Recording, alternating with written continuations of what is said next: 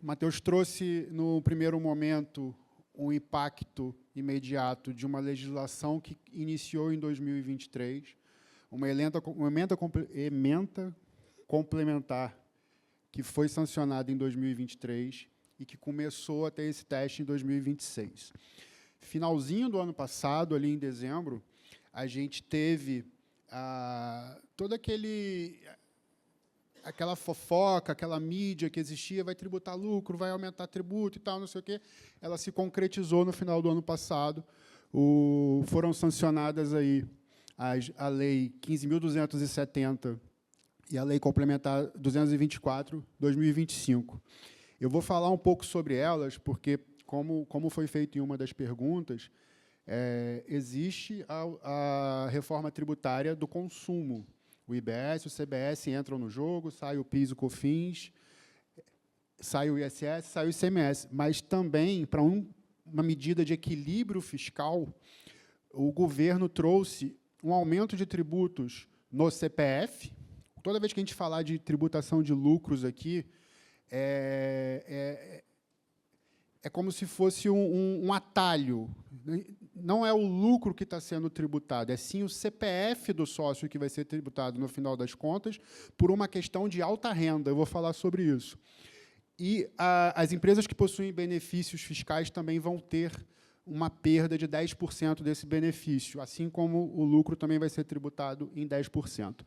Então, deixa eu ver se o passador vai funcionar comigo. Foi. A gente vem para uma nova realidade sobre a tributação da renda, né? O governo ele precisou equilibrar a finança dele, porque ele está gastando demais. Ele pegou a alíquota de imposto de renda, que estava muito defasada, todo mundo concorda com isso, pessoas que estão ganhando aí R$2.000 já estavam sendo tributadas, pegou essa alíquota de imposto de renda e levou para 5.000, ninguém paga imposto de renda, pessoa física, CPF. Até 7.500 paga-se muito pouco imposto de renda, e depois de 7.500, 7.250, não estou lembrando agora, de 7.250, né? Depois de 7.250, a gente vai ter uma tributação daquela tabela de imposto de renda que a gente já conhecia, que começa em 7,5% e vai até 27%. E aí entra aquela figura do cobertor curto, né? Quando eu puxo o cobertor para cima, o pé fica para fora. Quando eu puxo o cobertor para o pé, a cabeça fica para fora. Então, eu peguei uma faixa da população que pagava imposto de renda e tirei ela desse pagamento de imposto de renda, porque eu estou dando isenção de imposto de renda para pessoas que só vão ganhar acima de 5.000. Quem é que vai pagar essa conta? Porque, assim como a empresa de vocês, o governo tem um orçamento e precisa, anualmente, de receita. Então, quando eu tiro uma faixa de receita ali de um benefício, que eu dou um benefício para uma população não pagar imposto de renda, ao mesmo tempo eu vou precisar cobrar alguém essa diferença, porque o meu orçamento precisa fechar. O governo, em tese, precisaria pagar as contas dele.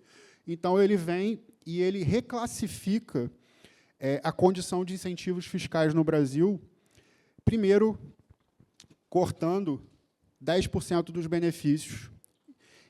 E, aproveitando esse gancho de tributar 10% dos benefícios, ele ainda está classificando o lucro presumido como um benefício. E aí a gente vai ter uma discussão jurídica sobre isso, se é benefício ou não, uma questão que provavelmente vai virar alguns processos judiciais no futuro. Tá? Como é que é o Will? Ah, beleza. O que significa tirar 10% de benefício e aumentar a base do lucro presumido em 10%? Tá? Antes de entrar no detalhe, deixa eu só passar para vocês. Essas medidas vão atingir as empresas que faturam acima de 5 milhões por ano. Então, a gente já tem o Simples com o limite de faturamento até 4,8.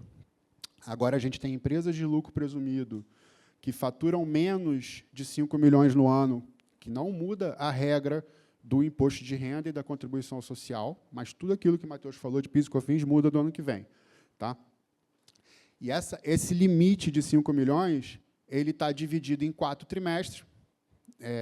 Imagino que nem todo mundo aqui é do lucro presumido, sempre esteve no Simples. Talvez o que eu fale é novidade para vocês, mas lucro presumido e lucro real apuram seus impostos trimestralmente. Então, quando o governo fala que a gente tem um limite de 5 milhões, automaticamente, na cabeça de quem apura os impostos, já sabe que eu preciso olhar esse limite por trimestre. A gente ainda não tem uma normativa clara se eu tributar no primeiro trimestre, sei lá, 3 milhões de faturamento, mas eu fechar o ano abaixo de 5, se eu poderia me ressarcir desse pagamento. Tá? A gente ainda não sabe, não tem essa normativa, mas, pelo que está escrito na lei complementar, parece que não. Eu preciso recolher por trimestre. Mas, depois da lei complementar, vem uma instrução normativa da Receita Federal. E lá a gente vai saber se a gente vai poder compensar qualquer pagamento antecipado num trimestre dentro de um ano que eu não fechei 5 milhões. Tá? Então, qual é o gatilho dos 5 milhões? Fatura acima de 5 milhões no ano. Quando eu passo desse limite, o adicional ele incide só em cima da minha receita excedente. Então, no meu exemplo, sei lá, vou dar um exemplo aqui de 1.500.000 no trimestre, eu tributo 1.250.000 normal, como a gente vem fazendo há anos, e os 250 que exceder, eu vou jogar na nova base. Tá? Então, isso aí é uma formulazinha a mais na planilha de vocês, para vocês entenderem qual vai ser o preço dos seus impostos. Né? De novo, o que Matheus falou, a gestão financeira na hora de precificar e entender como vai ser essa conta. Já antecipando, a gente tem alguns clientes construtores aqui, todos os construtores são lucro presumido. Isso vai pegar, essa nova incidência do lucro presumido vai bater ali na Constituição Civil também. Tá? O Simples Nacional continua protegido, primeiro porque ele não passa de 5 milhões. Ah, mas o governo vai aumentar o Simples Nacional para 9 milhões por ano. Vai ficar fora dessa regra, não vai ter adicional, porque dentro da legislação está bem claro que o Simples Nacional não é atingido por essa nova taxação. Tá? E também não foi considerado o Simples no rol de benefícios fiscais que o governo considerou o lucro presumido. Tá? Então, a majoração da base ela vai atingir... A majoração da alíquota não é o total do faturamento e só aquilo que ultrapassa 1.250.000 no trimestre. Tá? Aqui eu vou partir para um exemplo de cálculo. Primeiro, no setor de serviços, as empresas que prestam serviço estão dentro do lucro presumido e faturam acima de 5 milhões de reais. Elas pagavam, elas presumiam uma base de cálculo de 32%, e agora vai ter 10% a mais sobre 32%. Aquele valor que ultrapassar 1.250.000 no trimestre vai ser levado para uma base de 35,2%. Só para explicar o lucro presumido, 35% não é a alíquota do imposto. Para você tributar a renda da empresa, presume-se que o setor de serviço tinha uma margem de 32%. E, dentro dos 32%, a gente vai aplicar as alíquotas de imposto de renda. Tá? Quando eu aplicava a alíquota de imposto de renda, que era de 20% para quem fatura acima de 5 milhões, eu tinha um imposto de renda de 8%, e agora eu vou ter 8,8% para a parcela de faturamento que ultrapassar 1.250.000.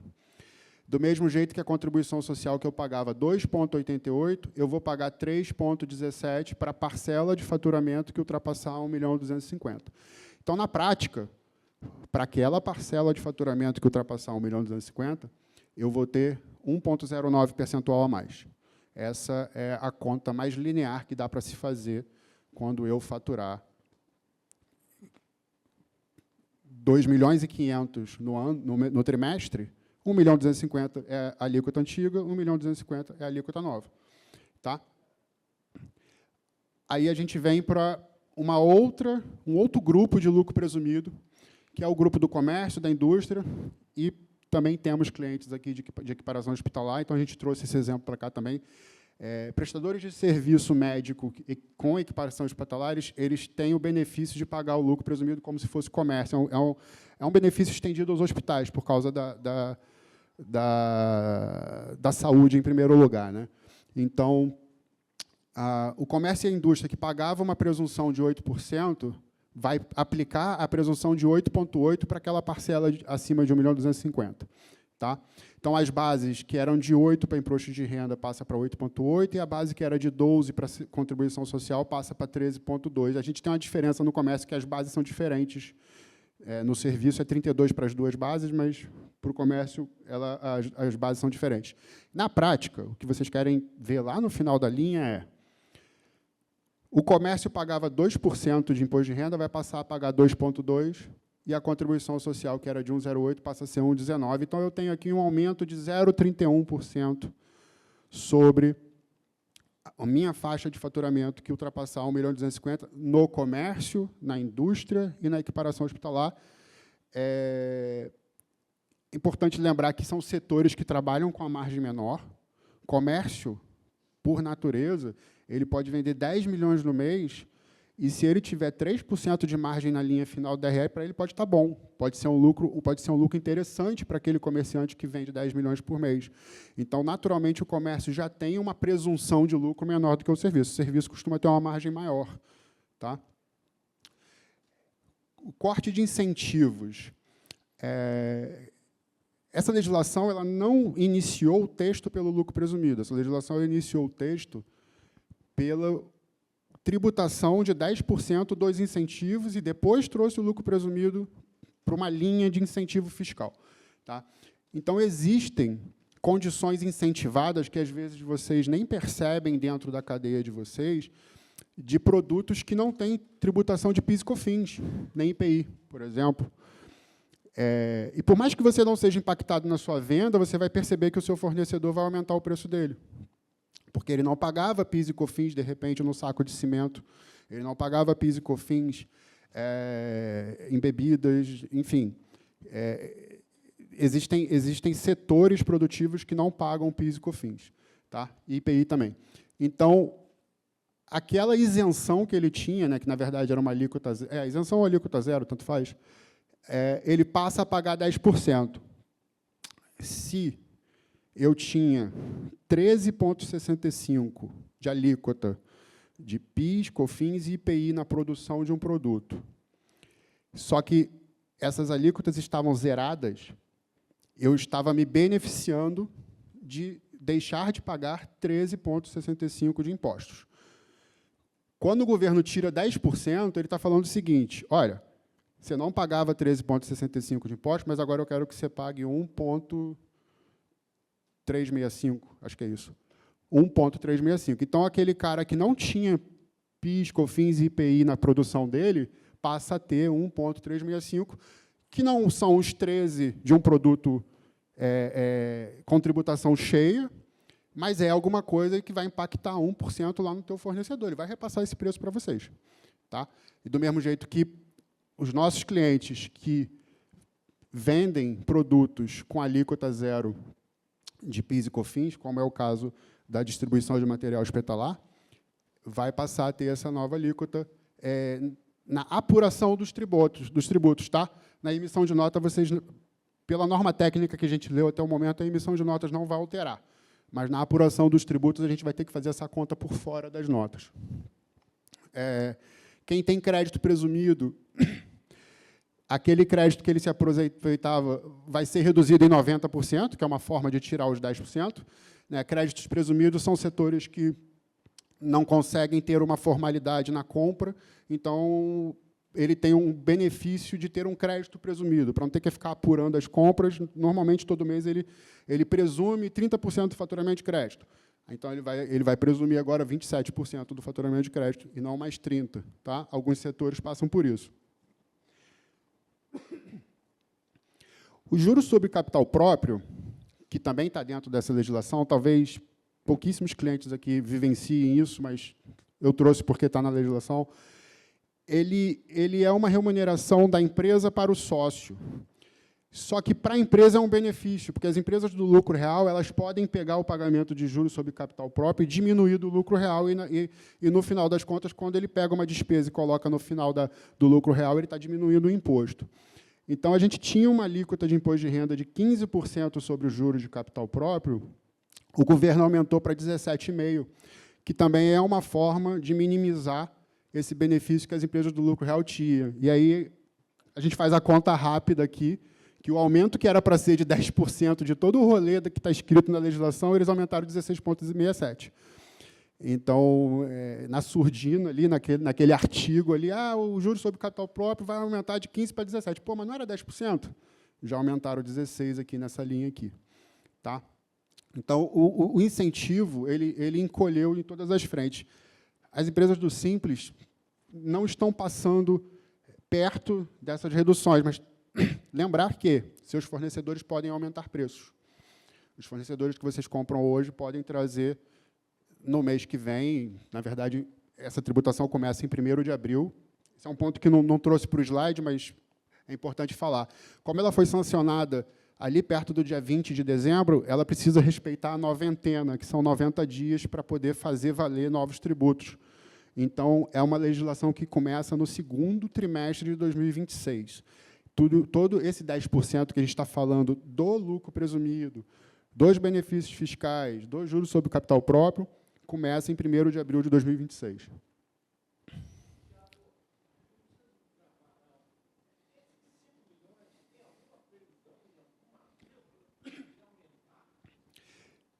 Pedro, os 5 milhões têm alguma previsão de aumento. Os textos vinculados à reforma tributária falam em atualização monetária das bases de benefícios, a gente vai falar aqui de redutor social, que é uma parcela que a gente vai poder reduzir de alguns serviços. Então, lá fala dele ser corrigido por um fator que, se eu não me engano, é o INPC, IPCA. É o IPCA. Tá? Essa legislação aqui, ela não está vinculada diretamente com a emenda constitucional da reforma do consumo. Então, eu não vejo aqui esse mesmo reajuste dos 5 milhões a cada ano ir atualizando. Tá? Mas, de novo, é uma legislação que falta normativa. Tá? A gente vai esperar a normativa para poder bater esse martelo e poder responder para você, com certeza, se vai ser 5 milhões de hoje até o infinito ou se vai ter alteração. Tá? Porque senão a gente cai naquele problema da tabela de imposto de renda que estava defasada há muito tempo. Tá? A conta da isenção chegou na sua mesa, né? Então, para isentar o imposto de renda lá de 5 mil do salário, quem vai pagar isso são as empresas, principalmente as empresas beneficiadas, e também os 10% que a gente vai falar agora da tributação do dividendo. Tá? Então, a gente concedeu fôlego para quem ganha pouco, mas quem estava fazendo renda por fora da tabela de imposto de renda, né, rendimentos, principalmente de lucros, a gente vai ter agora uma nova regra de tributação. Tá? Então, o fim de uma era, né? Os dividendos no Brasil eles são isentos desde 1996. Tá? Antes disso, eles eram tributados. Como eu era novo, eu não tenho esse histórico. Tá? Não sou tão novo assim, mas eu não lembro como era a tributação de dividendos antes de 96. E aí, agora, em 2025, a gente volta a ter uma tributação de dividendos. Tá? Aí a gente vai ter um limite de 50 mil por mês para as empresas observarem uma retenção de imposto ao enviar dinheiro ao sócio. Eu vou falar isso no próximo slide. Ele vai incidir em 10% sobre o valor distribuído. Isso aqui está errado, esse acima do teto aqui está errado. Ele incide 10% para qualquer valor de 50 mil para cima. Tá? Isso aqui, se Paloma puder anotar aí para a gente corrigir no slide antes de entregar. Tá? E esse imposto não é progressivo, passou do limite, tributa, essa é a frase mais certa, 50 mil e um centavo tem retenção, na verdade, 50 mil tem retenção, 49.999,99 não tem. Tá? E o imposto sobre dividendos é novidade aqui para a gente, mas os países, vamos dizer assim, os outros países, os países mais conhecidos, eles já tributam os dividendos há muito tempo, é óbvio que a gente tributar dividendo em 30% e ter tudo funcionando, tudo tendo um retorno, a gente teria até um outro diálogo sobre isso, né? Mas, sem entrar no mérito político.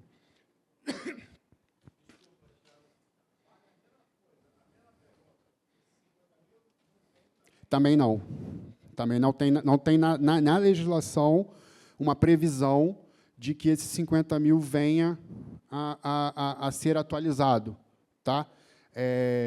Eu posso até fazer uma conferência nesse assunto para poder te trazer uma resposta depois, Pedro. Bota no grupo, todo mundo entrou no grupo aqui, sem problema nenhum, mas a referência que a gente tem de atualização monetária sobre base de benefícios e base de limite está lá na emenda constitucional que fala da reforma do consumo, e não essas legislações aqui.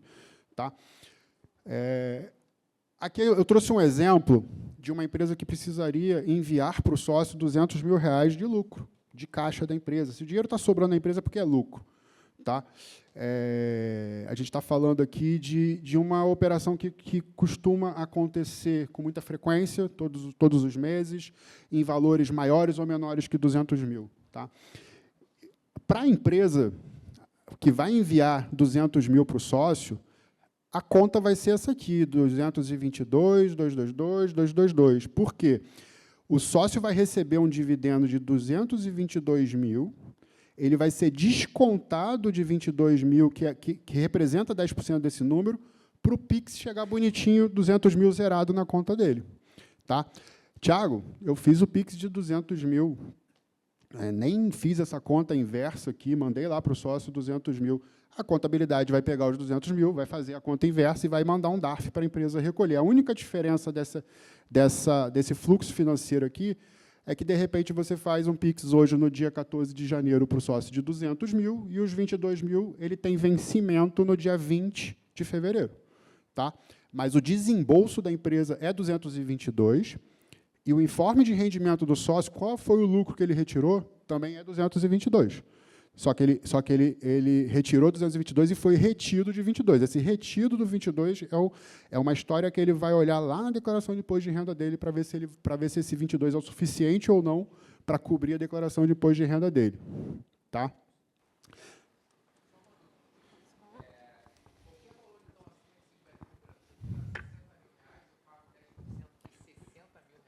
Isso. Não. Você vai pagar 10%, você vai pagar 10% do valor que ultrapassar 50 mil. Tá? De 50 mil para cima. Então, a conta seria 66.666,66 de lucro ao Flávio, para que a empresa recolha um DARF de 6 mil e você receba 60 na sua conta. Na prática, você paga e a contabilidade te manda o DARF depois. Mas tem que ter isso em mente, que o desembolso da empresa é esse. Então, mas se eu tirar, então, 51 mil, eu vou pagar... Sobre 51. Sobre 51. Sobre 51. Você vai...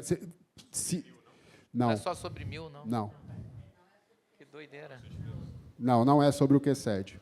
É sobre o total. Porque a retenção do imposto, esse retido na fonte aqui, imposto de renda retido na fonte, ele é um adiantamento do imposto de renda do CPF que ele vai fazer na declaração de imposto de renda em maio do ano seguinte.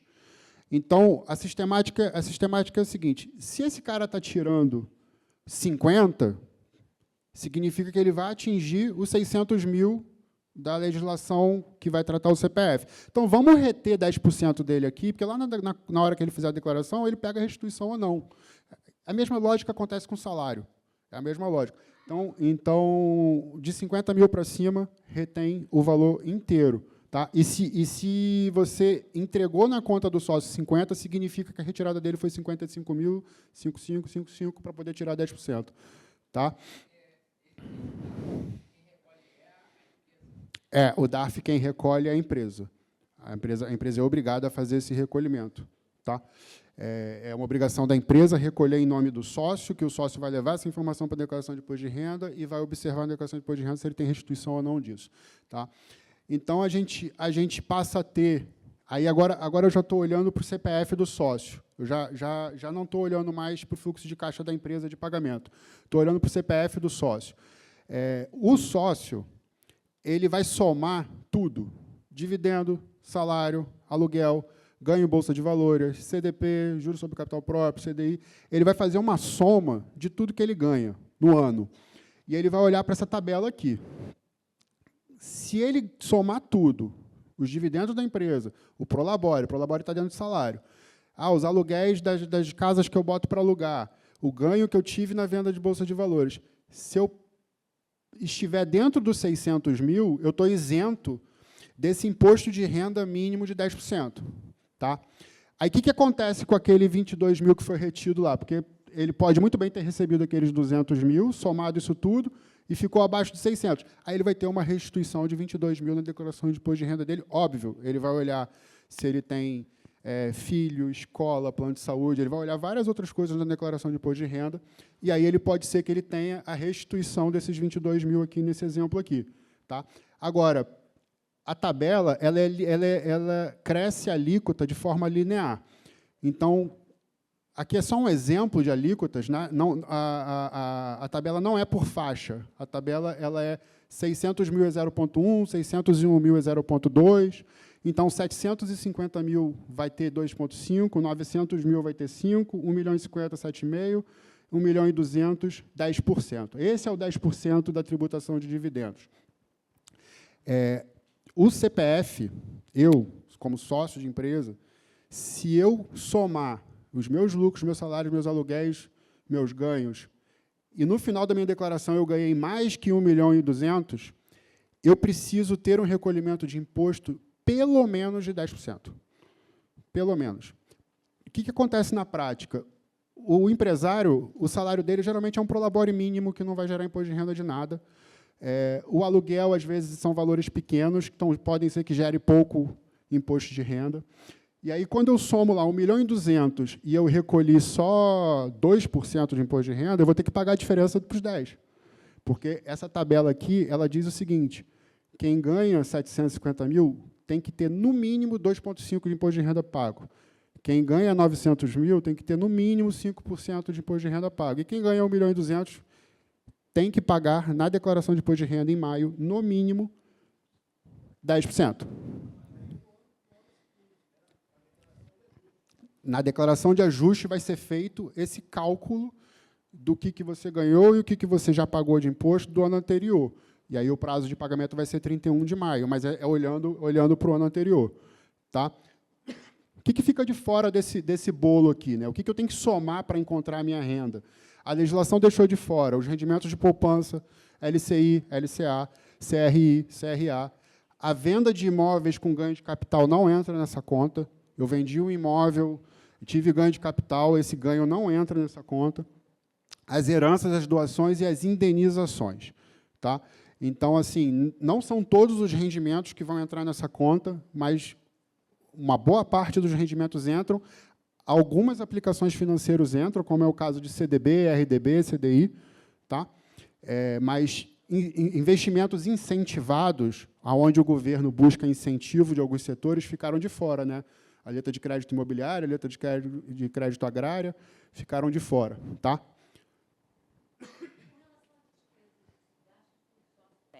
Ele vai precisar... Vai entrar nessa conta ou vai ficar de fora? Por exemplo, viagem. Sócios, às vezes, viajam o ano inteiro. Aí eles mesmos compram suas passagens, custeiam sua hospedagem, enfim.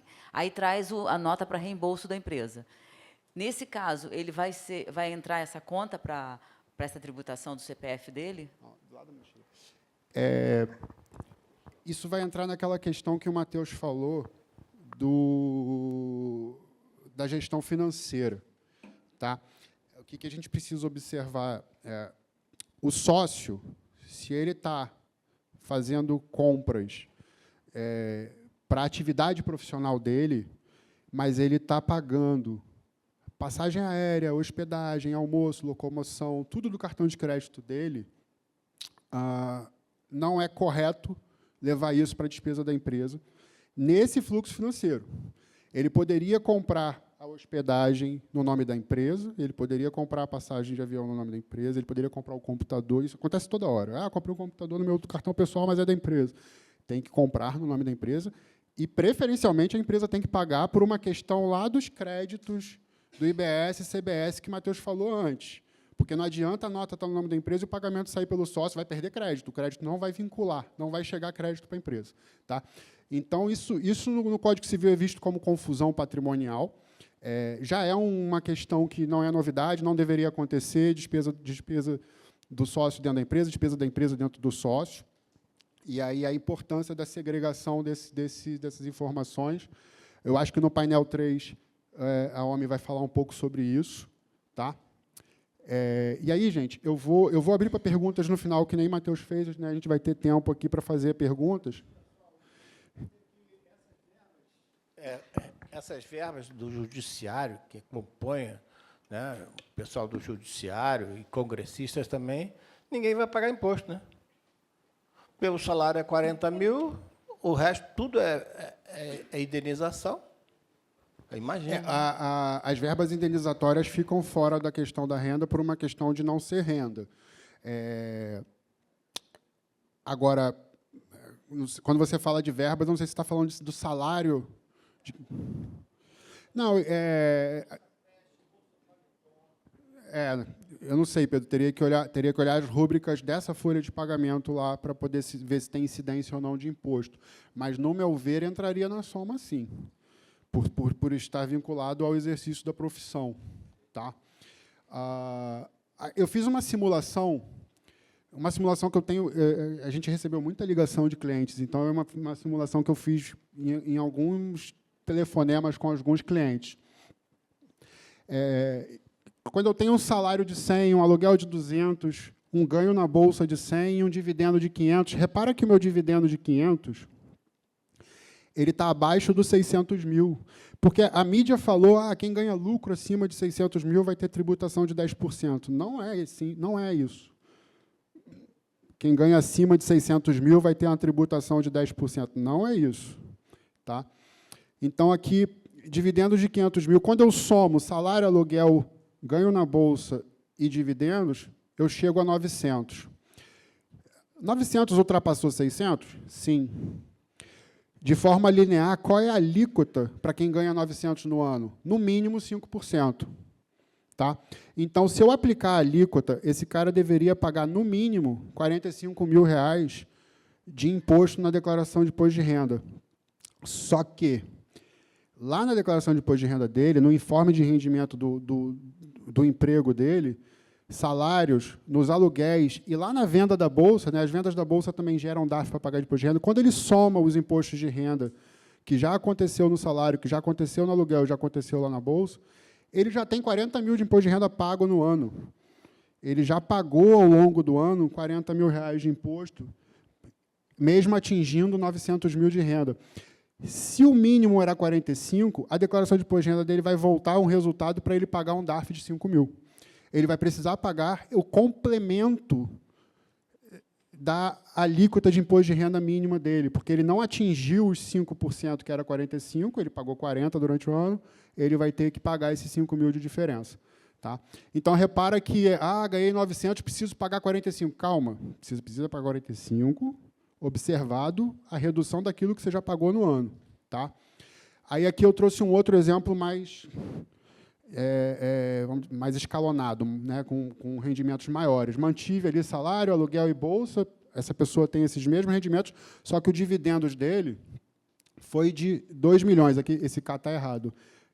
2 milhões. Então, esse cara aqui ganhou 2 milhões e 400 no ano. Quando eu pego a declaração de imposto de renda dele, eu tenho salário, eu tenho aluguel, eu tenho bolsa, eu tenho dividendos, a gente chega num total de rendimento de 2 milhões. Está acima do teto máximo, ou seja, ele está obrigado a pagar 10%, naquela tabela lá, todo mundo que tiver renda global acima de 1.200 paga 10%, e ele deveria pagar 240 mil de imposto, no mínimo a declaração dele tinha que trazer 240 mil de imposto pago. Lembra que eu falei que para ele receber 2 milhões de... Na verdade, eu fiz um exemplo de 200 mil, né, mas é o mesmo exemplo. Para ele receber 2 milhões em dividendos, ele teve um retido de 222 mil. Né? Na verdade, 22 aqui. Se ele teve um retido de 222 mil, significa que ele já pagou 222 mil de imposto, porque para ele receber 2 milhões na conta dele de dividendos, ele foi retido de 222 mil. E ele tem aqueles 40 mil do mesmo exemplo aqui, ó. Ele também pagou 40 mil reais nas operações de salário, aluguel e bolsa. O que acontece com esse cara aqui? Ele ganhou acima de 2.400, ele tem que observar uma alíquota mínima de 10%, só que ele vai ter uma restituição de 22.222, que seria R$ 22.000 pago a mais por causa dessa retenção lá do dividendo deles. E como aquela retenção era uma retenção voltada para o imposto de renda na fonte mínimo, ele vai ter essa restituição porque ele reteve algo que não precisava, ele já estava acima do mínimo. Tá? Então, isso aqui, a gente vai desdobrar esse assunto no painel 4, de estratégias e orientações de como fazer as retiradas de lucro, de como que o sócio vai poder afastar a tributação do lucro do CPF dele. Tá? A regra vale para lucros a partir de 2026. A legislação foi escrita no ano passado, foi publicada no ano passado, então os lucros até 2025 eles estão isentos.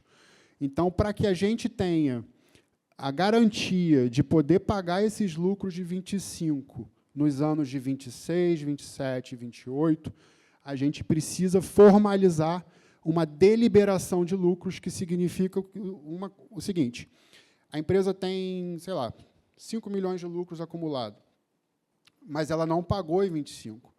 Ela não pagou porque o dinheiro não estava disponível em caixa, eram clientes a receber, que vai receber a prazo, ou então ela pegou parte dos lucros dela e investiu num novo canteiro de obra para a construção civil, investiu num outro maquinário, tal, não sei o quê, não tinha como pagar aquilo ali dentro de 25. Mas os lucros existem, eles estão apurados, a empresa fez lucro durante anos. Então, a gente tem que distribuir esses lucros, registrar uma ata na junta comercial num prazo dentro de janeiro de 26, é a corrida do nosso time contábil. O nosso time contábil está lá buscando o fechamento dos balanços das empresas para poder falar com os nossos clientes: sua empresa tem X de lucro, vai distribuir quanto para cada sócio, para a gente poder registrar essa ata. E aí, esses 5 milhões do meu exemplo aqui, que não foram pagos em 25, mas a gente deliberou em ata agora, eu vou poder pagar em 26, 27 e 28, sem observar aquela regra dos 10%. Tá? A gente tem esse prazo aqui, de janeiro de 26, estendido pelo Supremo Tribunal Federal. O prazo na legislação falava de registrar uma ata até 31 de dezembro, que era inviável. Não tinha como fechar balanço das empresas em dezembro, registrar a ata em dezembro. Aí teve muita gente que registrou a ata olhando para lucros até 30 de novembro. A gente não participou dessa correria, porque a gente entendia que, judicialmente, a gente teria um prazo até 30 de abril. O Supremo Tribunal Federal atendeu uma liminar do Sindicato de Lojistas, se eu não me engano, foi do Nordeste, e concedeu a liminar até 31 de janeiro. Mas o Código Civil fala que a apresentação de resultados de uma empresa e o balanço, eles precisam ser fechados até 30 de abril. Não pode uma lei complementar ser contra ao Código Civil. Tá? Então, a gente tem ainda aí que observar esse novo prazo aqui, mas estamos trabalhando para fazer as atas todas dentro de janeiro. Tá? Então, o planejamento para 2026, dentro desse contexto de tributação de renda, reavaliar nas empresas se o lucro real volta a ser algo vantajoso para algumas empresas, porque a gente teve a alíquota do lucro presumido aumentada, a gente teve o juro sobre capital próprio ali mantido como benefício, de repente, avaliar se em alguma estratégia sair do lucro presumido e ir para o lucro real pode valer a pena. Tá? É um trabalho de planejamento tributário. A empresa precisa ter margem pequena operacional para poder valer a pena ficar no lucro real. Quem paga juros sobre capital próprio ainda vale a pena. É muito melhor eu pagar 1 milhão de juros sobre capital próprio para o sócio e recolher R$ 175 mil, porque eu vou diminuir 340 mil no meu imposto lá na empresa. Tá? E o reinvestimento do lucro da empresa, né? Deixar o dinheiro na PJ, seja ela dentro da própria empresa, ou porque a empresa pode se capitalizar e gerar novos negócios, ou através de uma estrutura de holding. De novo, a legislação fala do tributo do dividendos que vai para o CPF. Se eu tenho uma holding dona da minha empresa, né? A holding nada mais é que um CNPJ no meu nome, que é dono da minha empresa operacional. Eu posso tirar o dinheiro da minha empresa operacional e levar para essa holding, e dessa holding aplicar em novos negócios sem pagar os 10% de dividendos, porque não chegou no CPF. Tá? Então, o crescimento via PJ ele ficou mais barato do que crescer patrimônio na pessoa física. Tá? Esse assunto aqui, spoiler alert aqui, é um assunto que a gente vai falar no último painel. A gente vai dar alguns exemplos aqui de mecanismos que a gente conseguiu fazer para cliente para redução tanto redução de riscos como redução de tributos. Tá? Eu vou abrir para pergunta, eu sei que a gente tem bastante pergunta aqui. A gente está até dentro do horário.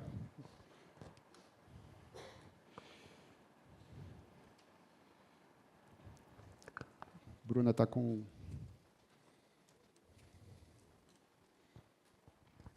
Oi, Thiago. Ei, Márcio. No nosso caso, que a gente está no lucro presumido, a gente é empresa de tecnologia, talvez o IVA vá para 28%, mas imposto de renda, a contribuição social assim, deve chegar próximo a 39% de alíquota, se não tiver nenhum fator redutor. Hoje a gente paga 17%, né? Tem isenção do ISS. Então, são duas perguntas. A primeira, essa isenção que a gente tem do ISS por estar no Porto Maravilha, a gente vai acabar, talvez em 2027? Era só para confirmar isso. E faria sentido a gente talvez pensar em ir para o lucro real, por exemplo, para poder pagar JCP em vez de dividendo? Faz, Márcio. Faz sentido, principalmente na tua operação que eu conheço de perto, a gente pode desenhar, projetar alguns DREs como se fosse no lucro real. Um ponto do setor de tecnologia que a gente precisa observar ali é que, quando a gente vai para o lucro real, a gente vai precisar tomar crédito. E aí os pagamentos da mão de obra, elas vão precisar cada vez mais ser documentadas por notas fiscais dos prestadores de serviço, para a gente poder tomar crédito, para que a nossa margem operacional fique realmente reduzida. Tá? E aí a gente tem uma questão. Qual é a margem operacional do seu negócio? Porque, se ela for uma margem acima de 35%, dificilmente o lucro real vai ser vantajoso, porque tem várias linhas de custo que não geram crédito de PIS e COFINS. Tá? Tudo bem, o PIS e COFINS acaba em 2027, mas a gente tem que olhar para o IBS e CBS se vai estar gerando crédito ou não, e aí é aquilo que o Matheus estava falando, selecionar fornecedores que vão fornecer crédito de IBS e CBS. Tá? Mas a tendência em alguns setores de serviço, principalmente no setor de serviço, é a gente precisar repassar preço para os clientes, porque nem todos os setores nós vamos ter soluções para continuar pagando a mesma carga de tributo que pagavam antes, e a grande verdade é que a reforma vai trazer uma nova carga de tributos. Né? Tá.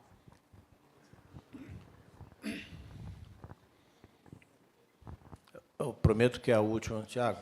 Fica à vontade, Pedro. Não, assim, deixa eu entender mais uma vez. Um sujeito soma salário, 20 mil. Aí aluguel, 20 mil, e mais um rendimento qualquer, dividendo de 20 mil, somou 60 naquele mês. Só que 20 mil não foi tributado porque saiu de uma fonte, não é mais que 50. E os outros dois também. O contribuinte vai ter que fazer essa conta e recolher em algum lugar, mensalmente? Então, esse exemplo de 60 mil de uma renda que não está sendo tributado mensal, se ele se repete todo mês, essa pessoa atinge 720 mil no ano. Sim. Certo? Não, a pergunta não é essa, não. Porque, por exemplo, se a pessoa recebe um salário de 60 mil, né? O salário aí já é tem retido, imposto. é retido pela empresa, aí fica fácil. Mas o próprio, ele não recebe de uma fonte só, de 3 fontes diferentes. Essa que é a pergunta. Sim, aí quando ele recebe de 3 fontes diferentes, provavelmente ele teve retidos na fonte menores do que a tabela, porque a tabela também foi estendida, né? A tabela agora até 7.500, a gente está com uma alíquota bem pequena. Isso já acontece hoje. Tá? A pessoa que tem, por exemplo, aposentado, que tem 3 aposentadorias, e cada aposentadoria tem uma retenção que não é tabela cheia, é tabela média. Quando junta as 3, na declaração de imposto de renda, ele tem um valor alto a pagar de imposto de renda, porque a tabela é outra. Declaração de ajuste. na declaração de ajuste. Então, sim. mensalmente, você não precisa Não, se preocupar mensalmente com ele não precisa se mexer. isso. Tá bom. Tá? Exceto os rendimentos de aluguel. Sim. Os rendimentos de aluguel tem que fazer carnê-leão todo mês. Perfeito. Obrigado. Mais alguém? Não?